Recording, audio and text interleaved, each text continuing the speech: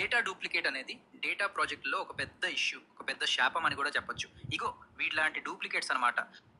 ఎస్క్యూఎల్లో ఉండే window function రో number ఉపయోగించి డేటా డూప్లికేట్స్ని ఎలా క్లియర్ చేయొచ్చో ఇప్పుడు చూద్దాం. మీరు రో నంబర్ వాడేటప్పుడు ముఖ్యంగా గమనించాల్సింది రో నంబర్తో పాటు పార్టీషన్ బై కూడా ఇవ్వాలి. ఈ పార్టీషన్ దేనికంటే వేటిని బేస్ చేసుకుని డూప్లికేట్ అని డిసైడ్ చేసి రిమూవ్ చేయాలి అనే దానికోసం. ఇప్పుడు వీడిని తీసుకుంటే నాలాగే సేమ్ షర్ట్ వేసుకున్నాడు, సేమ్ స్పెక్స్, అదే మొహం, అదే రూపం. సో ఈ మూడింటిని బట్టి వీడు డూప్లికేట్ అని కనిపెట్టాలి. సరే, వీరిద్దరిలో ఎవరు ఫస్ట్ వచ్చారు, ఎవరు సెకండ్ వచ్చారు అనేది ఉంటుంది కదా. ఇప్పుడు నా టైం చూస్తే 2:10, వాడొచ్చింది 2:05కి, అంటే నేనే లేటెస్ట్. అప్పుడు నన్నే తీసుకోవాలి. సో దీనికోసం మనం ఆర్డర్ బై వాడతాం. అంటే రో నెంబర్తో ఒక డూప్లికేట్ ని కనిపెట్టడానికి పార్టీషన్ బై, అందులో ఎవరిని తీసుకోవాలో నిర్ణయించడానికి ఆర్డర్ బై వాడాలి.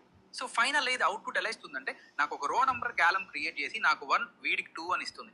అప్పుడు మనం వేర్ కండిషన్లో రో నంబర్ ఈక్వల్ టు 1 అని ఇస్తే సరిపోతుంది. అంతే, ఇది చాలా సింపుల్. ఇప్పుడు ఇంటర్వ్యూలో రో నంబర్ విండో ఫంక్షన్ గురించి అడిగితే చెప్పడం ఈజీగా ఉంటుంది కదా. ఇలా డూప్లికేట్స్ ని రిమూవ్ చేయడాన్ని డీడూప్లికేషన్ అంటారు. విండో ఫంక్షన్ రో నంబర్ మాత్రమే కాకుండా ఇంకా ఏమేం చేసి ఈ డూప్లికేట్స్ ని రిమూవ్ చేయొచ్చో నేను ఒక క్విక్ గైడ్ రాశాను.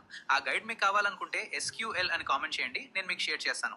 ఇలాంటి డేటా ఇంజనీరింగ్ మరియు AI రిలేటెడ్ వీడియోల కోసం నా పేజీని ఫాలో అవ్వండి. Thanks for watching.